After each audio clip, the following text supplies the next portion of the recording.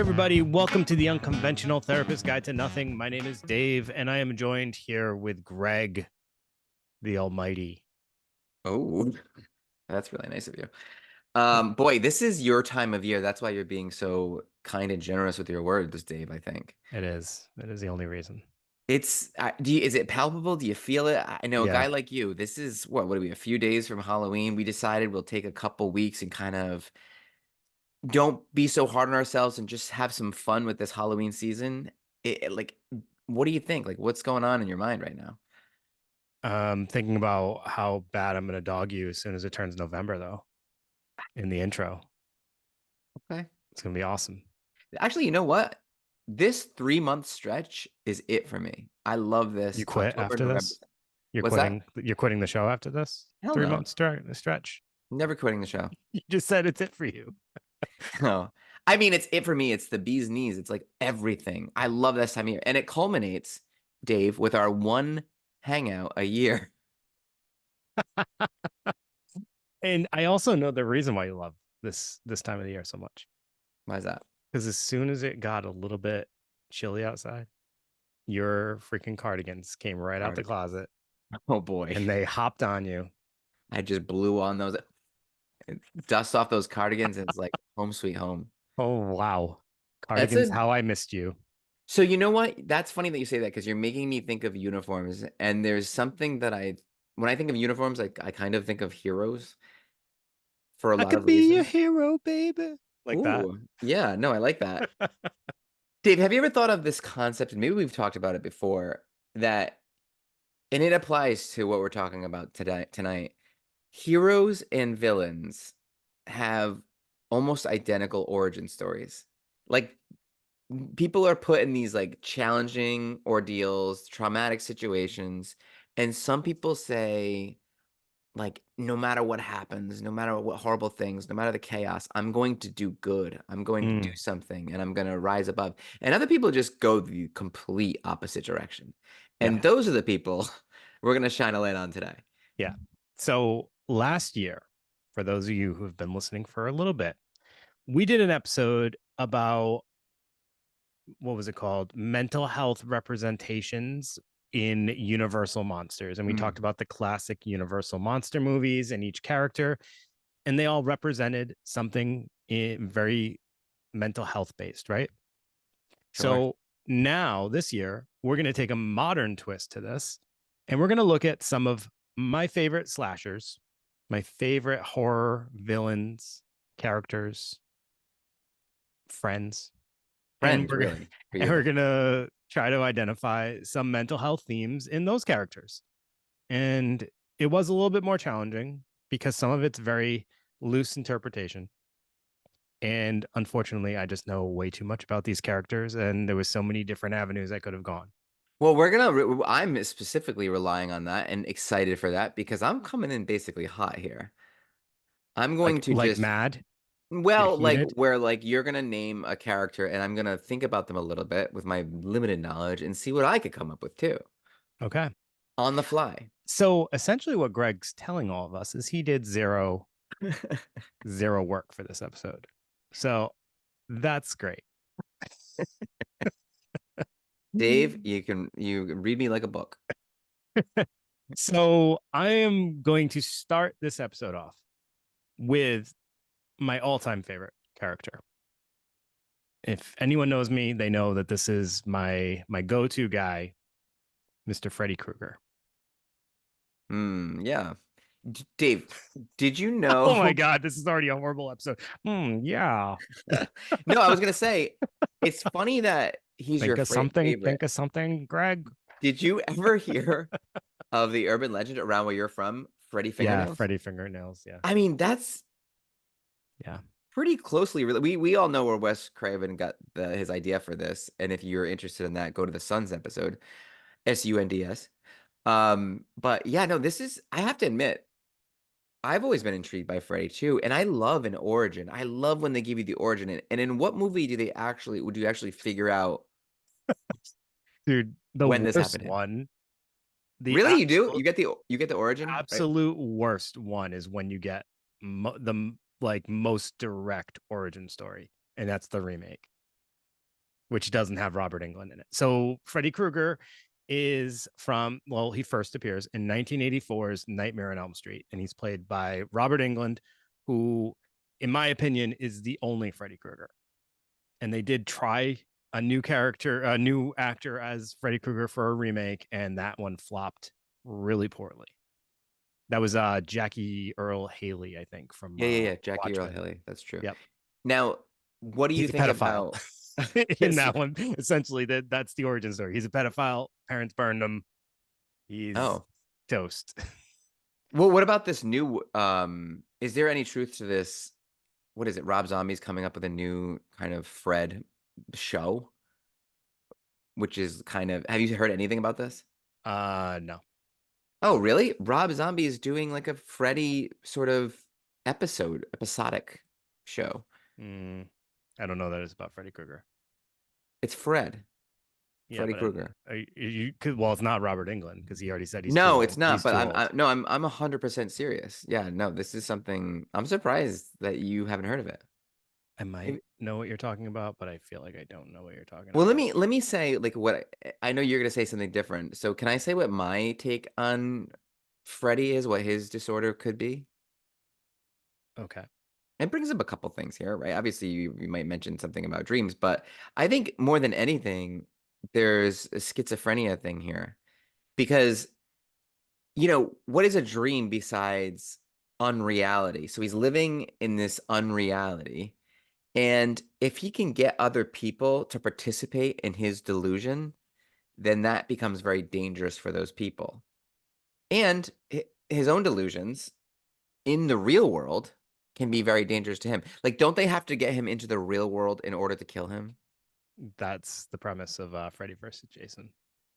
Okay, so look, that kind of makes sense, right? Like, he's not living in reality. And if you're not living in reality in our minds, I guess that's a state of psychosis. So maybe Freddy is just psychotic. Yeah. Okay. That's I can see that okay. direction there. So the thing with Freddy is, well, like specifically attacks teenagers. And the thing with teenagers that we know is teenagers are filled with fears and anxieties, right?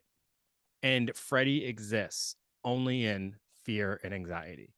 So Freddy is in some ways representative of intrusive thoughts, insecurities, fears, and ultimately avoidance, because the way that the teenagers try to survive is by not sleeping. So they avoid sleep so they can, not have a nightmare and see Freddy. When they're in their dreams, it's what happens often is the dream will start off in some kind of blissful way. It's like something that they love, or it's a hobby of theirs, or it's like a sexual like Mm, experience with someone they have an interest okay, in. I'm listening. And then and then it's a facade, right? And then eventually Freddy will appear because something will like start to feel wrong, and then suddenly Freddy appears. And it's like that thing where you like have this like confidence or this like arrogance about this thing, but then there's this like little crack, and Freddy knows where that crack is. And that's that insecurity, right? Yeah, And that's when he starts to really like chip away at you. And ultimately that's what you know kills all the teenagers is their fears. He ends up culminating their fear, and he becomes that fear, and then he kills them in their dreams. The only way they can survive is to not be afraid of him. So when they're able to be in their dream and stand confident and say, I'm not afraid of you, he loses his power, which ultimately in that Freddy versus Jason movie you're referring to, he keeps saying it. He's like, I need more fear. I need more power. He's trying to, because the kids weren't afraid of him anymore because they didn't know about what's super interesting about that is it's scary. It's really scary when you think of. So he's in your dreams. So he has access to your subconscious mind, it. and if Yes. he's got access to your subconscious, like he knows more than anybody, maybe even more than yourself, Right. like, what really are the things Yeah. that scare you? And that's honestly, that's why he's my favorite character. The idea that he appears in your most vulnerable state, that Mm. thing where you connect going to sleep and dreaming with comfortability, safety, and then there's even in that safety, you're not safe, right?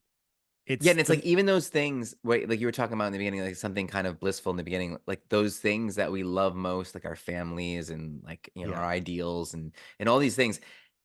It's like doing something wrong or nasty to that is essentially what intrusive thoughts do. They kind of like violate our values. yeah, They attack the things that yes, are most important to us, like our families and everything. And that scares us more than anything. right, right. So Some of my intrusive thoughts, favorite yeah. scenes are like such good highlights of this. Like there's this one scene in Nightmare on Elm Street Part Five where there's this one character. He's like this California character, like kind of flighty, but he loves comics. And he ends up in like a comic book in his dream, and he's like the superhero, and everything's going well. He's got a machine gun, I think, or and he's like, killing all the bad guys. And then suddenly Super Freddy appears Mm. and he thinks he's got him, and then Freddy kind of ends up slashing him, and then he turns into he's literally like a cartoon comic book character, and then Freddy like starts to slash him with his glove like he's a piece of paper, and he This is like, oh wow. Oh yeah, so that's what Freddy is. Yeah, that's kind of reminding me like where you almost create the way you're going to die. It's like it's like a really kind of messed up, almost like Wishmaster, right?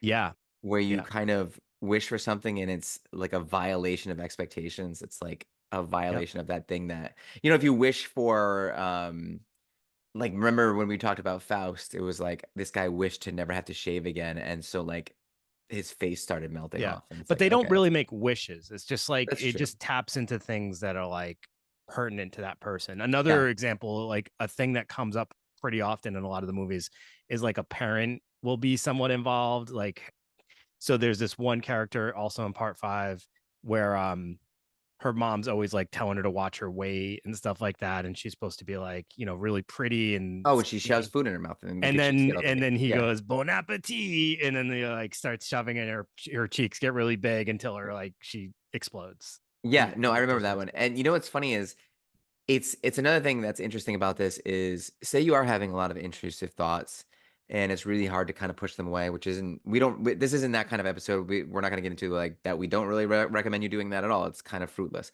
But if you're struggling like with anxiety and everything like that, like what's the worst thing you can do? Probably attempt to stay awake for long periods of time. Yeah, yeah, Right? You know what I mean? Like right. what's going to make you more anxious than sleep deprivation Well, and and that's the thing. It's what these kids do is they try to avoid falling asleep, so they stay awake for long periods of time. And well, what do we know about avoidance? The issue doesn't go away, it just gets worse. And what happens is I feel like because they've been staying awake for so long, now they're even more vulnerable because they're not strong enough, right? So yeah. because they'll doze off and then they don't even realize they've dozed off, and that makes them even more vulnerable because they don't even realize they're in dream state. So Well, yeah, no, also, sleep paralysis is kind of a thing here, kind of, right? If um definitely daydreaming, ADHD. daydreaming. um yeah, dissociation. It's Yeah, good. I mean there's a lot. And then like you said with Freddy, like I was thinking more of like the themes in the movie versus like Freddy himself. um he's just a really spiteful, vengeful guy, but like, so if you ever watch the movies, part one, he's very serious, and then progressively he gets a little bit more sillier and sillier as the sequels go along till we get about part four and five. He almost turns into like a walking punchline, and a lot It's, of like, people don't. funny. Yeah, he does like the one liners throughout the movies and stuff like that. But if you watch like one through three, there's a significantly less of that. Also, side note, part three is probably one of my all-time favorites, and it's called Dream Warriors, and it takes place in like a psychiatric hospital, Hmm. and it's a great setting for it. and all the kids have like their dream warrior is like their the version of themselves in their dream where they're like warriors and they try David, to and then the one last maybe kind of interesting thing here, because this is a mental health podcast after all, is what a great sort of nod to paradoxical intention or like insomnia, like CBT insomnia. It's like, all right, if you're really having a hard time with insomnia, attempt to stay awake all night, yeah, right? And sure, then you will probably that's a good way to fall asleep, right?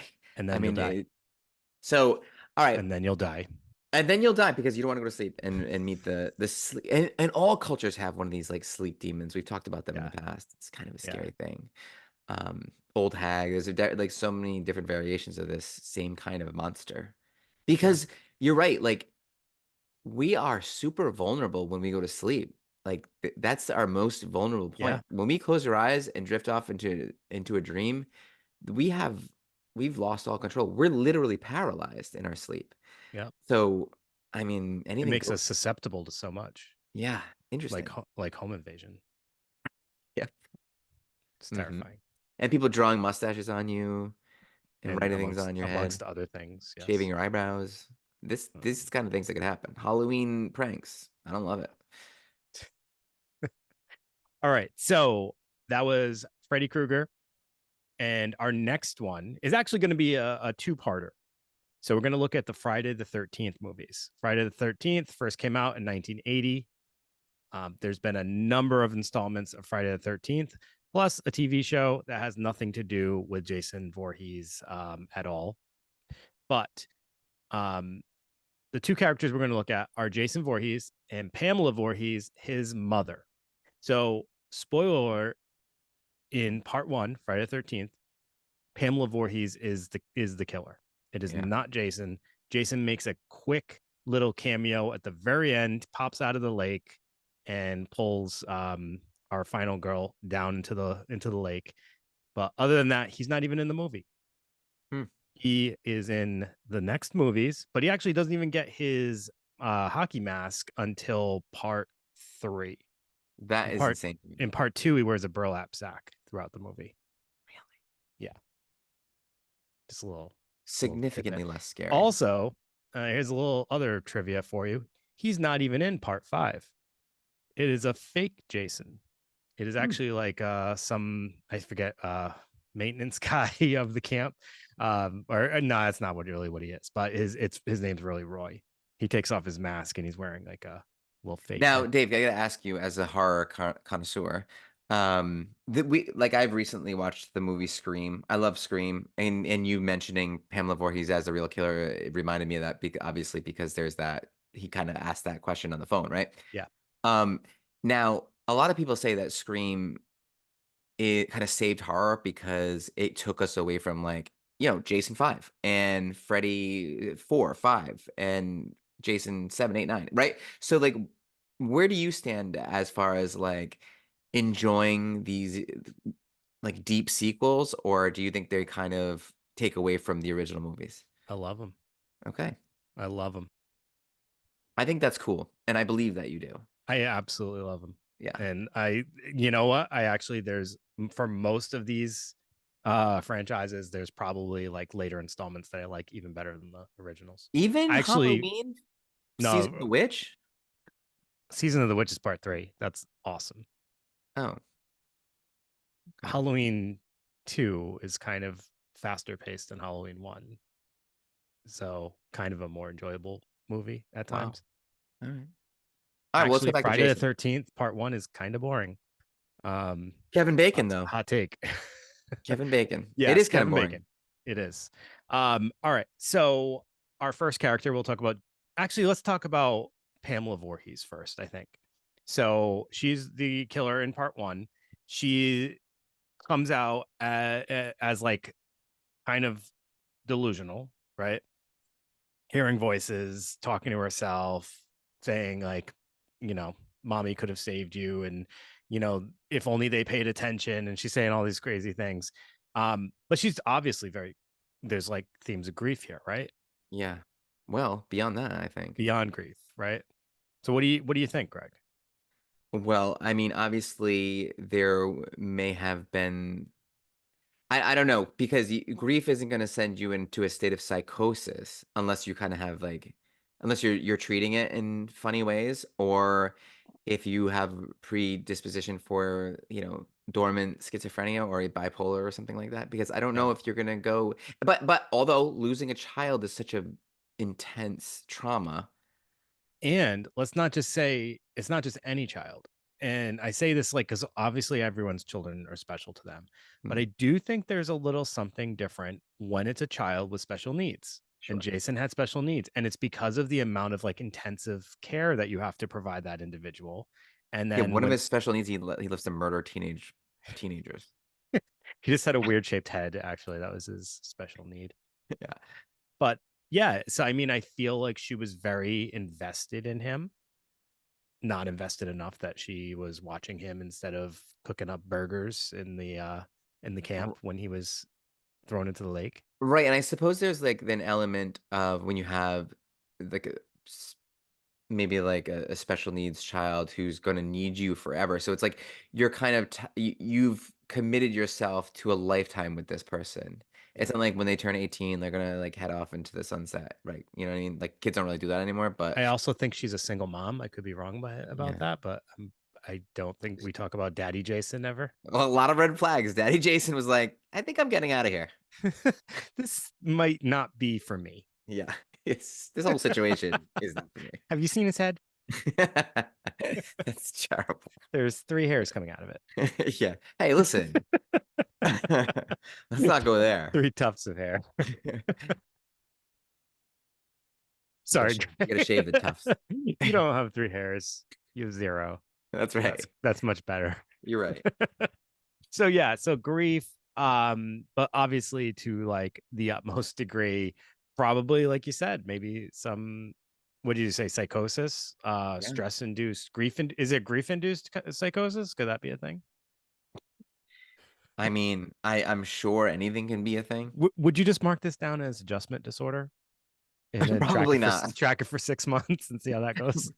Probably, exceed adjustment disorder. Adjustment disorder is like the diagnosis I think that we give when we don't know really what's going on. Yeah. And it's because it's like a temporary 6 month diagnosis that, you're supposed to kind of like monitor and see how it goes. But often given with grief, right? Like with, if Sure. somebody's grief seems a little bit like above and beyond what I hate to say typical, but like a common grief might look like, Mhm.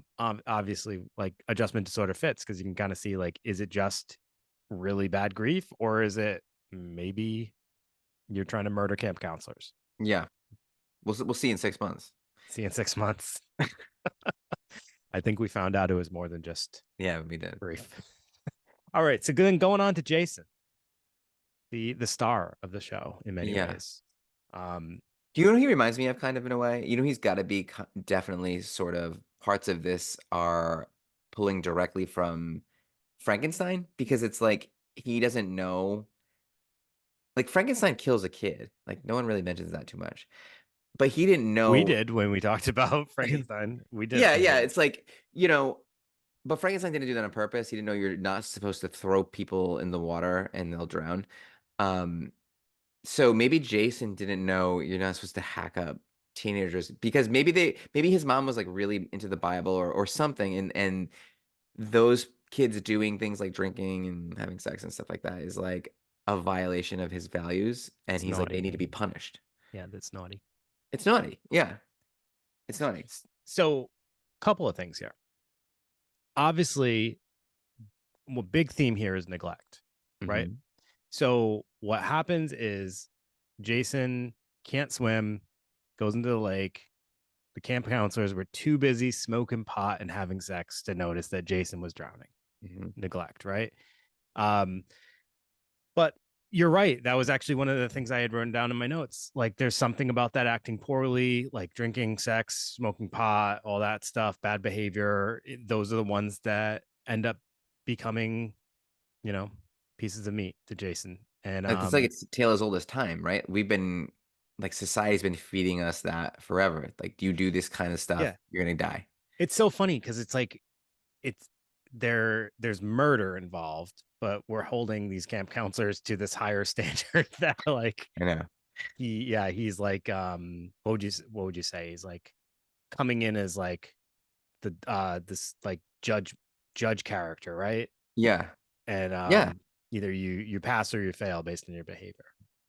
And it's You know what's always scary about Jason too is, sometimes he'll do that thing where he stops and just kind of looks at you, and because he's wearing a mask, you have no idea where you stand with him. That's something that's really scary. Like and the when fact that one eye goes one way and the other eye goes the other way. yeah. So Yeah. you really don't know.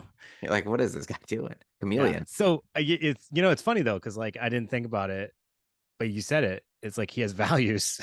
Jason Yeah. has values. Murder does not No, fit murder's in those fine. values, but he doesn't agree with But like that's no different than like the people burning witches at the stake, right, you right, know? Same kind of thing. yeah. So what is it saying though? It's not about Jason. He's just a catalyst for Mhm. this.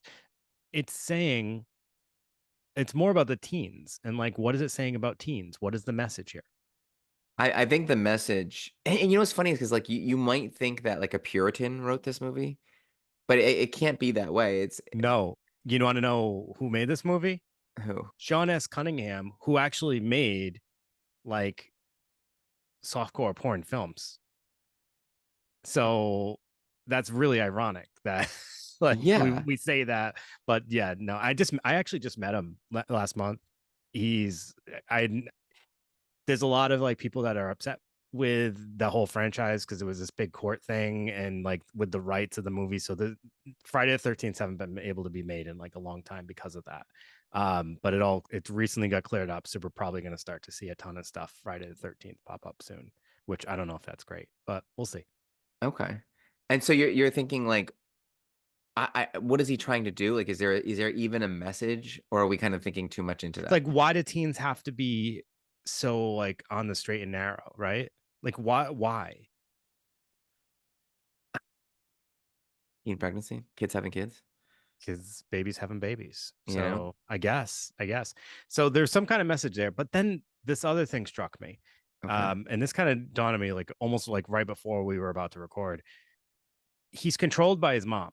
Mhm. So and you find this out because there's even a scene where one of the final girls like puts on his mom's sweater because he has a little shrine for his mom, and Yeah. she puts on the sweater and says and starts talking like Jason, mommy's talking to you, and then he like goes into a daze and he sees his mom and he starts to listen. So he's like a product of this like psychological control, and Yeah. then I was thinking of like that emotional incest. And I brought that term up. I was trying to remember what that term was before Sounds we dirty. got on. It sounds really dirty, but Yeah. it's like that control that a parent has over you, right? And then so it's like it's kind of strange though, because it's like obviously we're talking about an individual with disabilities. So we're almost talking about like that vulnerability they have to be controlled Yeah. by a parent, and that's not great. And then the parent could easily get them to do things that aren't great. And is actually like I'm gonna talk about this theme again in another character later. But that was something So, I just but thought to what bring up. happens? So the real villain is obviously the mom, but what happens when the mom's gone, and who's dictating Jason's behavior then? So he's still hearing the mom though, Yeah. is what Wow. we kind of think. Almost like a Norman Bates kind of thing. Yeah, kind of like that. I mean, Okay. as we go along, obviously we kind of separate from that a little bit. So that's I don't think that's the driving force forever. There's also this weird thing that nobody knows if he's a zombie or a ghost. Yeah. Doesn't seem like a ghost. Ghosts are different. Ghosts are different. There's like Well, this there's this they're paranormal thing with him as well. So he's yeah. resurrected in one, and then others he's um like Jason Goes to Hell. He's like a spirit that gets inside of other people. Is he resurrected with lightning? In yeah, the one with Corey. Well, No, it's like Frankenstein. There you go. six Even though and that doesn't happen in the movie. I mean, in the book. because they freaking try to dig him up, and then as they dig him up, they like put a spear through him, and then lightning hits it. Perfect. Like, well, you guys dug him up. Come on, that's on you now. I bet you it was teenagers It was Tommy Jarvis. on a dare. It wasn't teens. Well, what do we got next? All right. So this will bring us to a classic here. We got Michael Myers from 1978's Halloween by John Carpenter, the legend John Carpenter. Yeah, Um, I listened a while back. They did a podcast series on just the making yeah, of this movie, and it was yeah. fantastic. I I loved listened it. to that too. That was Yeah. great. Yep. I mean, this movie is really important in within the realm of horror and like what came out of it. Like Jason, Freddy, and all them, they don't exist without Halloween, I think. Hmm. Um, So there's two different variations of Halloweens. And Greg, I think you're probably more familiar with the second, which is like the Rob Zombie Halloweens. Is Well, that yeah, is I that mean, accurate? no, I mean, I am familiar with them, and I like them kind of, but I actually am very familiar with the original Okay. Halloween. Yeah. Because like you said, it's almost like that thing where people could be like, you like Freddy better, right? I mean, tons of people I'm sure like Jason better. And they're like, well, maybe the first Halloween, there's no blood, there's no like it's not that scary and all these things. But it's like, and that's like saying like, they don't think the Beatles are superior to certain bands just because they're not really into the Beatles music. It's like these bands don't exist without the Beatles. These movies don't exist without Michael Myers and John Yeah. Carpenter. So it's important. It is. So the difference between John Carpenter's Halloween and Rob Zombie's Halloween is Rob Zombie attempted to give Michael Myers a backstory, whereas Yeah, I John appreciate it. Carpenter's doesn't. We do have an early scene as a child where he goes into his sister's room and stabs her to death. And then flash forward, he's a inmate in this psych ward. He's seeing Dr. Loomis is his like is you know what would you call it? He's his His personal psychologist, personal psychologist. psychologist. Yeah. And he's sitting there. He's like the worst because he's telling everyone how terrible he is and that there's only evil behind those eyes and Mhm. he must never be let out. And then he ends up breaking out. So that's the only story. There's a lot of mystery around him in John Carpenter's, which I kind of like. There's no explanation. He's just pure evil. Yeah, no, I like that too because it makes your imagination do a lot of the work, which can be Yeah. really scary. But who doesn't really love an origin? Sure. So Rob Zombie supplied that. And in Rob Zombies, we see a young boy who's bullied, Yep. who comes from a home where, I mean, and no knock on this profession, but like his mother is an exotic dancer. She has like a deadbeat, sort of abusive boyfriend that, doesn't really treat him the best. And she has to work nights to make ends meet. So she's not around as much as she would like to. Seems like a nice mom, but just not present enough. And he turns a little antisocial, right? He Yeah. starts with killing animals or, being abusive towards animals. And then he ends up pretty viciously attacking his bulliers at some point. And that leads him on his spiral to the point where he kills his sister and her boyfriend and the boyfriend, I think, the mom's Like boyfriend. if you see a kid hurting a bird or smashing worms or hurting animals, that's a that's a problem. What if the animal's already dead? Well, now what Did are I they tell you doing? about that? What do they do? David, are you trying They to like flick it up in the air. No, I had like I I have a young kid that I work with, and went outside to play football like we do, and Right, yep, yep. he had like a stick in his hand, and all of a sudden he goes, "Hey, look!" and he like flicks up a dead bird. Yeah. I'm like, "Leave it So, alone." yeah, I mean, I think there's a level of callousness there. I think it's worse if he killed If it it. was a live bird that he Yeah. killed, yeah, I mean, you poke something dead with a stick, I think that's kind of normal. yeah, I The guess. flip, I don't know. I know the flip was what threw me off, And like it's flying again, just one last flight. but Yeah, yeah, that's not they do say, what is that like? That FBI's like serial killer like profile, Oh yeah. some early age behavior is cruelty towards animals, right? Absolutely. That That's is a that's a big telltale red sign. flag. Head injuries sometimes. So my kid fell off his swing once. I'm like, there he goes. That's it. Now I gotta look out for the Now, he, other things. now he's a serial killer. Yeah. Yeah. So I mean, essentially, with in Rob Zombie's Halloween, that's how they portray Michael Myers. So we see that development. So we see somebody turn into a monster, right? Mhm. And I think it's really easy to kind of say like antisocial personality disorder is present for Michael Myers. He has I no think that regard, no regard, the zero empathy. zero empathy, zero regard for social norms and rules and laws or anything like that. Um, no connections to others. Except the sister, right? Sort of He has that attachment to his sister, but then he tries killing her. So there's complicated. that. That's So the, complicated. the the other thing too, again with the mask, is the affect is gone, and not being able to see that in someone, like the way their face behaves in a certain situation. It's like that's scary. Are you happy right now? Like wait, as your kid, like you know what I mean? You just don't. There's no void of emotion is a scary, scary thing because void of emotion is void of humanity, right? Yeah.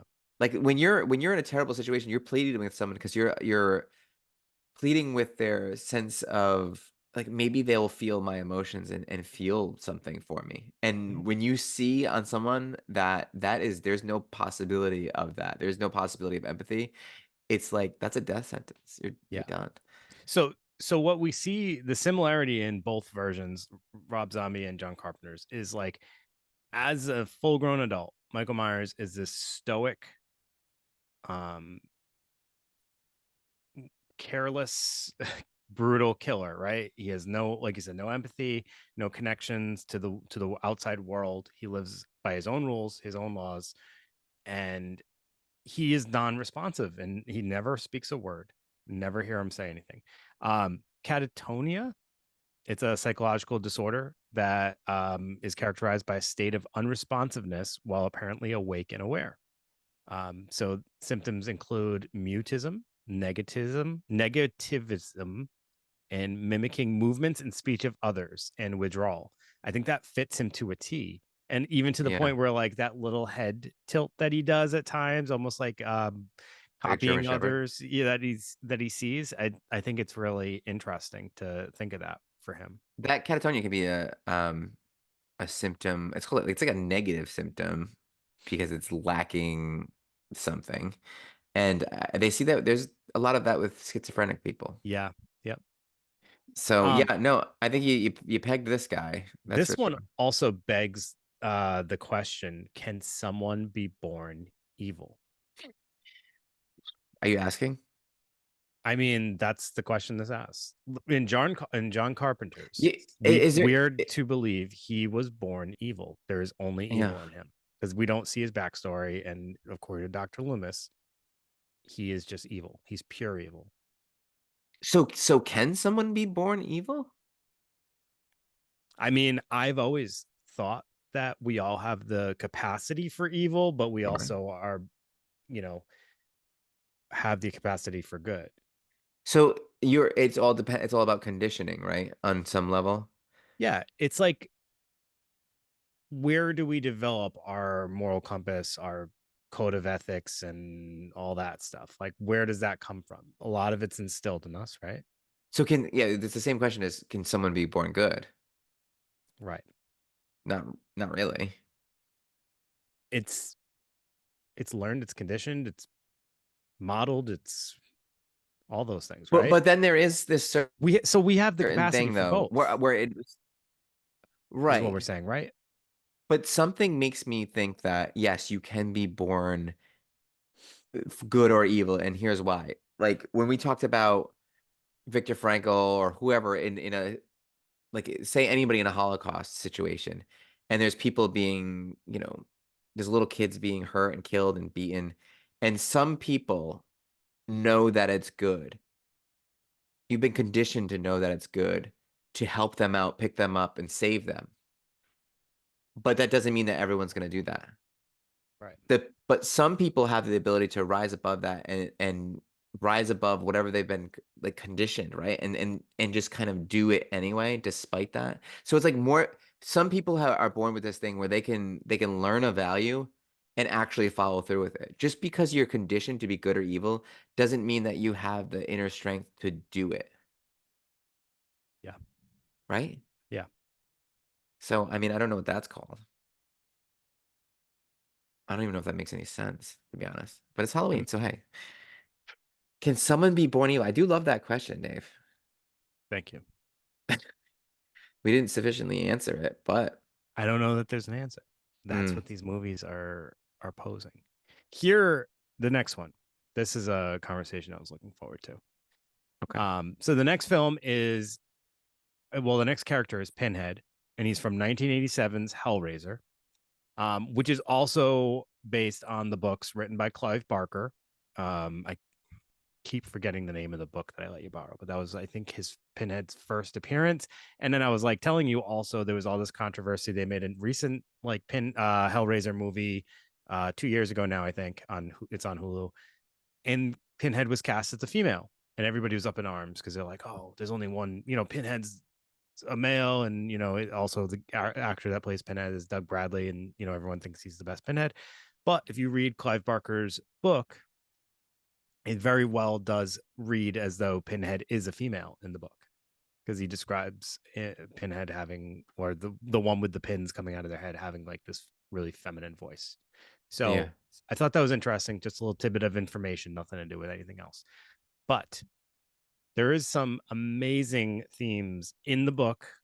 We'll also see them in the movie, but definitely in the book, it's very present. Um, Hedonism, greed, lust, envy, all those things, but also just like this internal drive for pleasure to the Mm. point where you'll you'll risk everything, you'll throw everything away, you'll put other people at risk to receive the ultimate pleasure.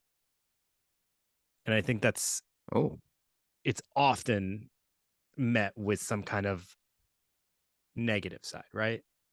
Whether it's like Well, yeah, no, I mean, if anything, like, ultimate pleasure kind of is usually met with shame. I think if you live your life based on pleasure seeking, that is not that's, like, kind of a terrible way to go about your life, and I think that that's ancient human wisdom, and all religions is sort of based around that idea because look, if you live your life based on the idea of like, I just want to feel good, that you're putting yourself above everyone else and you're missing out on all the things that make life interesting, yeah. like making other people feel good, Yeah. right? Like Well, doing what's good in the world. yeah, you ever seen like those like movies where like older people will take like younger people's blood to make them look younger? I'm trying to think of like what that's from, but I've seen that theme in a movie, but that's sort of like what happens here. There's this one character who is not a fully formed person. It's like missing skin, he's like Yeah, just yeah. They ligaments did and like a stuff. ritual. I've seen that. And yeah, she had to bring him other people to kill, and then he has, that's how he gets his strength, and he becomes more and more human like because of that. But it's that greed. But what got him to that point where he was no longer human was he was doing this pleasure seeking quest, and these cenobites come from this other dimension, I guess, which is probably hell. Um and they guarantee you, like, if you make this agreement with us or this pact with us, you'll feel pleasure like you've never experienced it before. Every one of your senses will be met with the ultimate pleasure. Mm, What happens is titillating. it's so overstimulating that it's horrible. Yeah. And the characters, like, this is like experiences it as if it's like the worst feeling you could ever imagine. Imagine if all of your senses are being um you know Aroused? aroused at the same time, Yeah. to the extreme. It's like sensory overload. Mm. And that's how they, but like it's like we were talking about Wishmaster. It's kind of like that. It's like Yeah, no, exactly. That's they what I was make thinking again. they make these agreements with you, but it's like there's always some kind of like dark side to the agreement. So But that's what happens when you're seeking greedy, pleasure right? alone. So pleasure, there's nothing wrong with like pleasure. Like that's not what we're saying here because if you live your life in a way that you're kind of, as best you can, Yeah. Yeah. values based and trying to do something good, trying to, make a dent in the world. I don't know, trying to do whatever you want to call it. pleasure's gonna ensue you every once in a while, and that's great. But if that's the end game, that's the goal, pleasure, you're just living your life seeking pleasure, like, what even is that?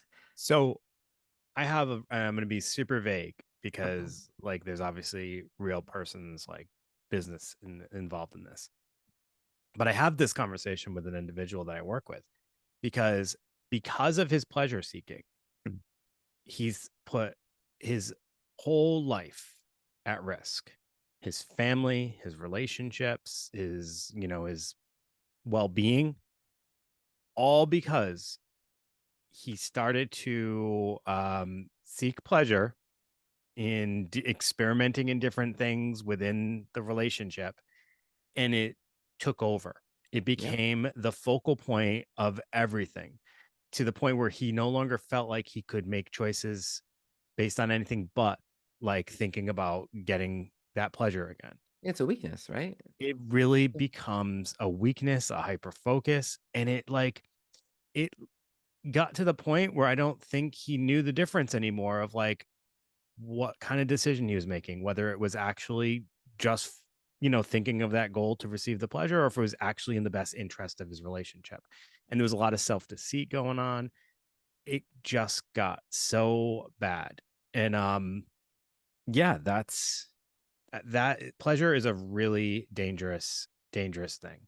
Yeah, no, I totally agree with you. I'm glad we feel the same way on that. Yeah. That's I'm glad you brought that character up too because people can't hear that enough. Yeah. Some societally, it's fine to be like, "Oh, I just wanna be" even saying the word happy so much, even seeking, like, happiness in a way, like, and I don't wanna say that that's wrong. It's not. It's just that you can't seek happiness for happiness' sake. Yes, and you can't seek it at the, cost of others, Right. because that's never a good thing, right?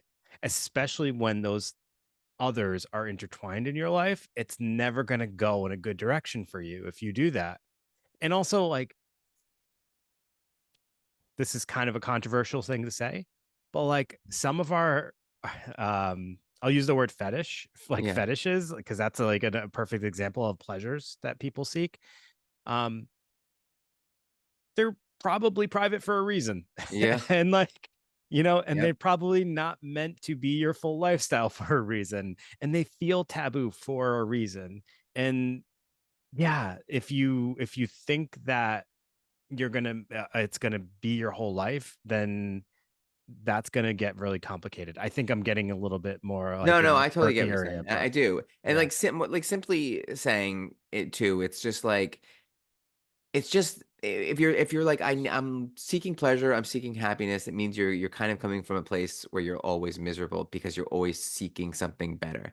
yeah, Instead of, like, gratitude, what we talked about a little bit with the BetterHelp ad, and just in the sense of, like, don't you don't need to, the pursuit of happiness, we talked about this before, where it's not so much about feeling good, it's about being good and doing good. That's what yeah, people are yeah, like should be doing. Because if you're like, I'm going to do good, happiness is gonna happen to you. right. The last thing I will say too is like, if pleasure becomes your norm, it no longer is going to feel as Mhm. pleasurable, and you are going to continue to push and push the limit. It's like chasing the dragon, like what Yeah, people talk about with addiction. drugs and all that stuff. It will eventually just lead to something that is going to be not a good area. So it is best to receive it in small doses Mhm, periodically than all the time. And yeah, I think our society today is kind of like addicted mhm. to pleasure. So Me too. yeah. All right. The next character, Leatherface from 1974's Texas Chainsaw Massacre. I do love this movie, and it's a weird one. It is a weird one. Have you seen it? I have. Okay, And I've seen, like, the remakes too. I've seen the one with Jessica Biel. I actually kinda like that one. that's a good one. That's a good one. Um, so one of the obvious things is this movie obviously depicts a person with an intellectual disability. Leatherface Mm. is um clearly disabled. Impaired. Impaired, right? Yep, impaired. And one of the things I think is important to like think about is the family dynamics. So Yeah. he's in this like cannibalistic, um, violent, abusive family. And my question is he exploited? Like they raise him to be this way. They tell him to go chase down this girl and like he bonks her on the head with his mallet and drags her into his meat locker.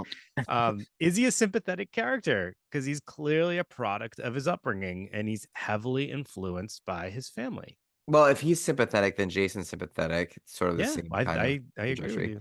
But Good the thing point. is here, what's going on here is the same thing that goes on in Candyman, where it's like fear of, it's othering for sure, and it's also fear of Appalachia and that kind of Mm, poor society in the same way that like Candyman brings fear to like the projects in urban setting, yeah, right? It's kind yeah, of the same idea. yeah, yeah. Like, Because I mean, they have like their basically like the family runs like the local gas station, the mhm. all everything in town, and they kind of prey on people outsiders that are coming in, which we see Yeah, in like so many horror movies. Like they pop into a weird town, and next thing you know, they're lunch meat. it's like one family that just keeps having kids with itself. Yeah, well, that I mean, this family is obviously there's like some incest going on, I would assume. So that's Yeah, another incest is aspect. nuts. Incest I is mean, there's nuts. emotional incest and then there's straight up incest, Yeah. which I is mean, this is the other one where there's like that um emotional incest. Is that what we called it? The parent well, one? yeah, that's the Yeah, term, but emotional like there's incest. also literal incest. This one has both. Yeah. I would say. Like he is definitely controlled. And here's the other thing. Leatherface has no identity. So he's controlled by his family. They dictate what he does. They clearly have raised him to be this, ogre that, just kills people, puts them on meat hooks. And he wears masks of other people's faces. That's interesting. He has no identity of his own. Think about That that. that is actually a really cool thought because and then how dangerous is it to not have identity? Yeah. He doesn't know who he is, so he can't even have his own values, his own moral compass. So he clearly just acts on what he knows, what he's told to do, and what he sees. I mean, Yeah, they maybe see literally something he's like, feed this his person's lifeless. grandfather. They feed Yeah. his grandfather blood. His like there's a scene. His grandfather is like this crypt keeper looking guy, and they like put blood up to his mouth to like resuscitate him a Oh little my bit. God. Yeah, it's Does that great. work? Yeah, of course. That's like the end of Grapes of Wrath when there's like this like emaciated dude and like the only way to it's just like this really weird scene where like the only way to help him out is to the young woman has to like breastfeed him. It's old. It's like what the hell is going on? That's Appalachia, man. I hate to Okay. say it. That's Yeah. the same place. Yeah. I mean, things So get tough over I there. I do think that part of what they're saying here is like it is dangerous to not have an identity. If you Mm. don't have an identity, you can do really dangerous things because Also there's dangerous to live nothing. in a really kind of underpopulated place. Yeah. Well, not for them. It's not dangerous. Well, They're I on don't their know. I don't know if they're they're on their thriving. they're on their pig farm. They're thriving. Yeah, like it's like old vampire, just a couple They're in drops of this. blood. They're in the slaughterhouse, dude. They got meat for days. Oh, they're doing good. Yeah, a lot of pig meat is good. It's good. It's good for them. Yeah. All right. So next is Chucky Okay. from Child's Play, 1988. I see your note, and this is a stretch. No, it's not. Okay. Trust me. Body image, Okay. body insecurity. Okay. Well, Chucky's that's true. Charles Lee Ray inhabits the good guy doll Chucky, his body, when he's in a shootout at a toy store, Mhm. and his soul ends up in the Chucky doll, and then Chucky spends his entire life trying to inhabit a real person's body to get out of the doll. He's never satisfied with his doll appearance. Uh-huh. He's totally body conscious. So it's like That's not body dysmorphic disorder though. That's more of, yeah, you're right. It's like it's he's not happy with the His way self. his body has turned out. Yeah. He does not like the body, his vessel. He does That's not right. like his vessel. And he wants to get into another vessel, the Hmm. a better vessel. Wow, this That- is very topical too, right? I mean, this is kind of, yeah. you know, How many people would would love to get into a different person's body, to be outside of their own body mm, and like get rid of their own body? um, tons, right? Yeah, a lot. That's the answer. Yeah, A I mean, lot. you'll go on Instagram, and you're like, that dude, I probably could do all right with that bod Yeah. in I this mean, brain. and at some point, what do we have to do in order to get over that? We have to have Accept. accept. Yeah, we have to have Yeah. acceptance, right? I have this younger patient, and like my heart breaks when she talks about it, but like she will bring up like just this idea about that she has about herself because of her body type. And it's like it's sad, but like there's this level of acceptance that she has, and I'm like, I really, really, really honor like find that admirable and honorable. I'm like that, and she's young too, so that's what makes it most impressive. But it's like we do have to have that. Like, and it sucks if you don't like your body, but at the same time, you don't really get to choose another one, right? Yeah, yeah. And So there's like, we're in this society where everybody's just like doing the quick fixes or these hopeful things to like change their body type, and not all of them are healthy, right? yeah. There's Well, like yeah, the so there's like two things Ozempic. going there. There is a healthy ways to sort of change things like the to the best that of your ability, and then at a certain point there's an acceptance, and Yeah, that's because you can't change your frame. no.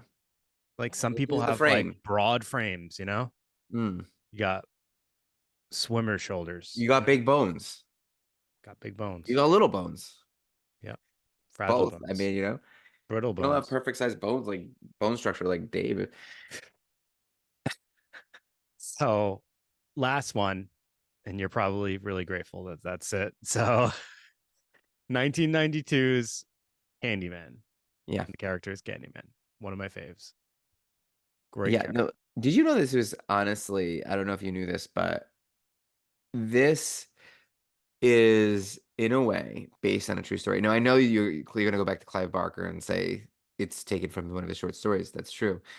Um, but did you know that in Cabrini Green, there's something that happened in that housing project that whoever, I forget who the director of this movie was like, oh no, that it kind of like changed the trajectory of the movie. So there's this woman, and they even put the name in the movie, like Ruthie May, whatever. And I hope I'm telling you, I hope you're hearing this for the first time. Um, she was schizophrenic. She was having all these, she's the kind of person that, you would see on the street talking to people that weren't there. She had her mental health issues. And she calls 911 and she's like, people are coming in through my bathroom mirror and I need help. Right. And if you watch the preview of Candyman or Bloody Mary or any of these urban legends, it's like that's what it is. You say the name into the mirror a bunch of times and they come out. And so she calls 911, she says that, and they're kind of like, okay, they know who she is, they don't respond in a proper amount of time. And it becomes this thing where she calls a couple times saying that people are coming in through her bathroom mirror, and they're like, that's a crazy thing to say, right? Well, it turns out that she was telling the truth, and people came in through her bathroom mirror, robbed her, and killed her.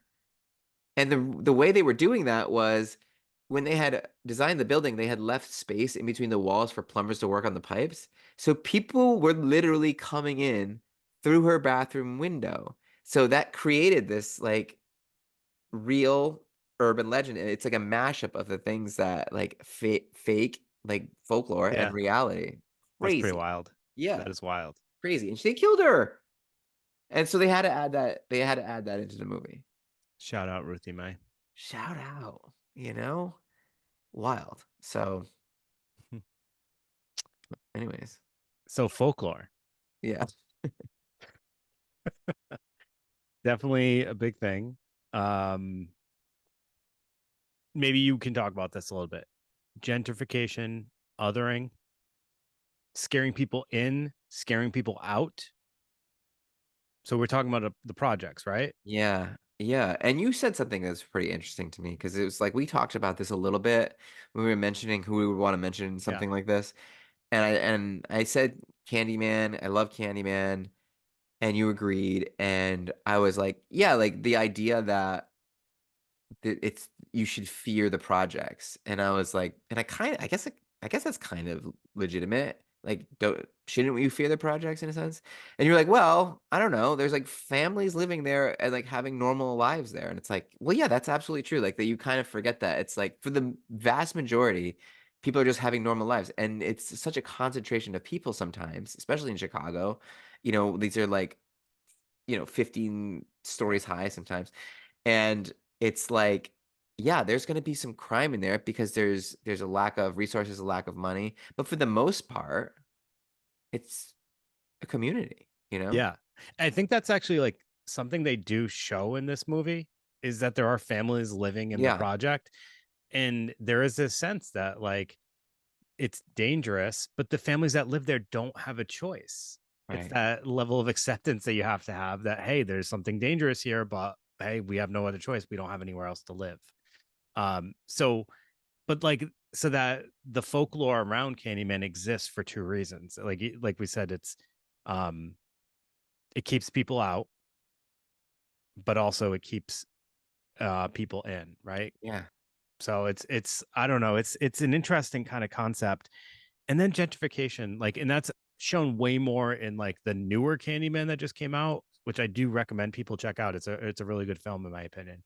But gentrification is like this idea of like trying to push out, like they're building up the areas without regard to the people that already exist there, right? And then they make it yeah. so expensive that these people can't afford to live there.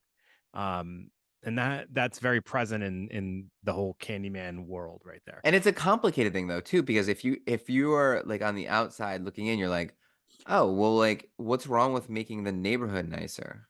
Yeah, And it's like, "Well, you're making the neighborhood impossible to live in for some people."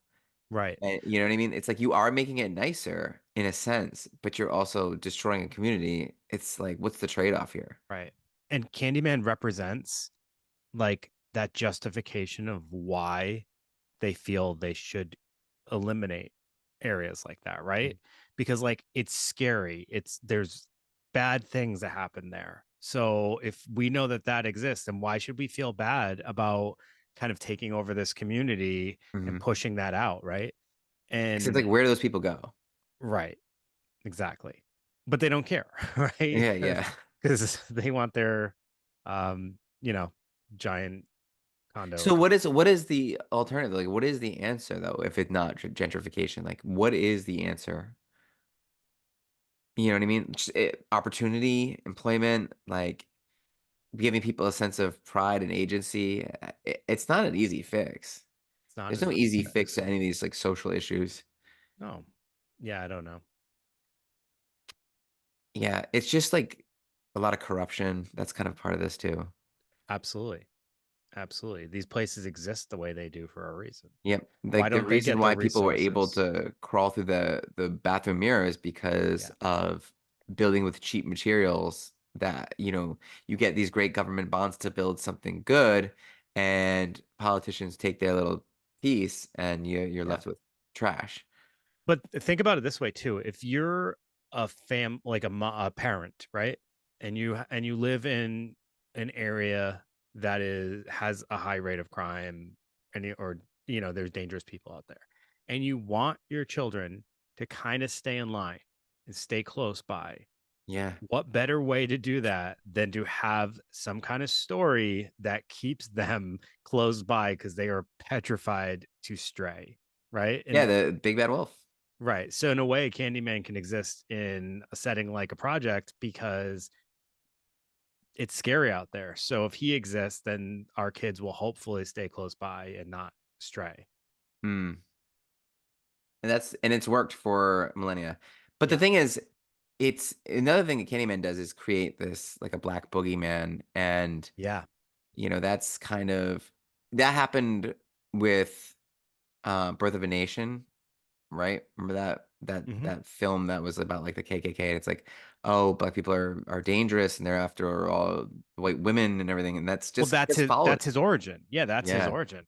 yeah, Yeah, it's so funny because that was my next point was like on the flip side, he exists within like suburban homes because kids can like talk about the lore of Candyman and like we're gonna say it into the mirror and like maybe this yeah like you said this black boogeyman will appear and that's like it keeps the projects scary, right? It yeah. keeps that And keep the idea that projects it's out of the dangerous. suburb. It's almost like 1992. You could think of almost in terms of like bringing rap music into the home.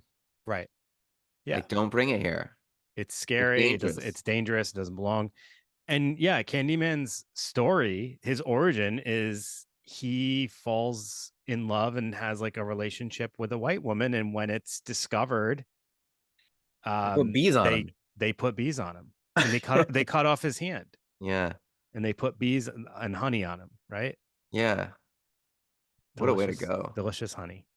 Yeah. Can't lick it all off in time though. Yeah. Has It's to. a deep story though. I It know it's really actually kind is. of a great story. Yeah. Now, watching that origin movie, that'd be cool. Like a period piece.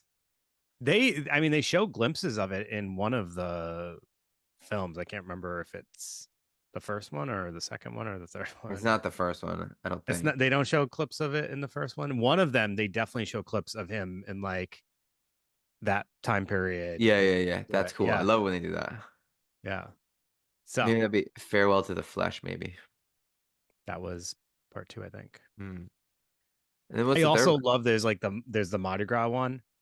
Yeah, yeah. I think What's that's the that? is that That's the third the one. that's the third one. Yeah. Or no, that's the second one. That's the second one. What's The can't third even one. Farewell to the Flesh and jeez. I'm gonna cheat and look behind me. Something about bees. No.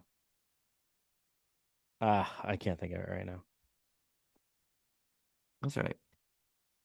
But I think that kind of brings us to a close on this bad boy, huh? Halloween season in general, which is kind of sad. Yeah. Yeah. So this closes our episode of mental health representations in current horror movies. Or modern.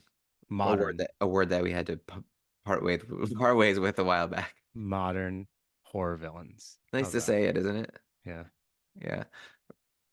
So yeah. Yeah. Halloween this Thursday. Make sure you guys check your candy before you eat it. Yep. People do that still. I don't know. Absolutely. Can never be too safe. Yeah. Another urban legend.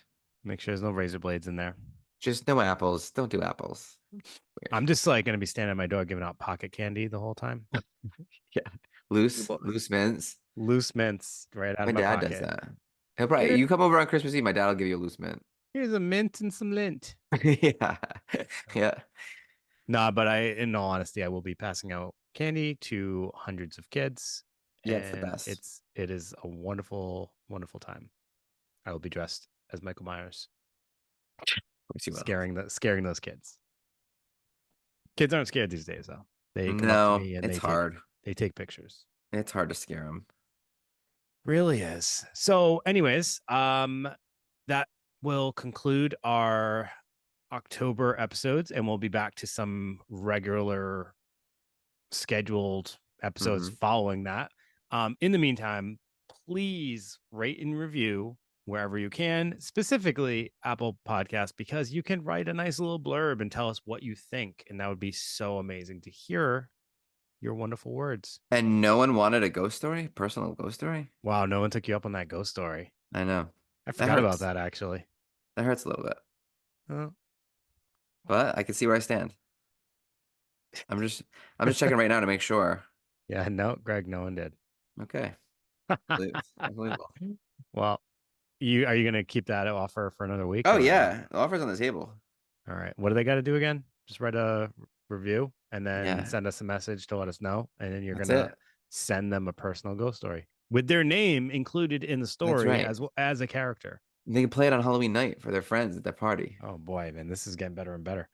All Come right, on, get on it. you heard it. And then Another thing to know is also, follow us on social medias. We're on all of them.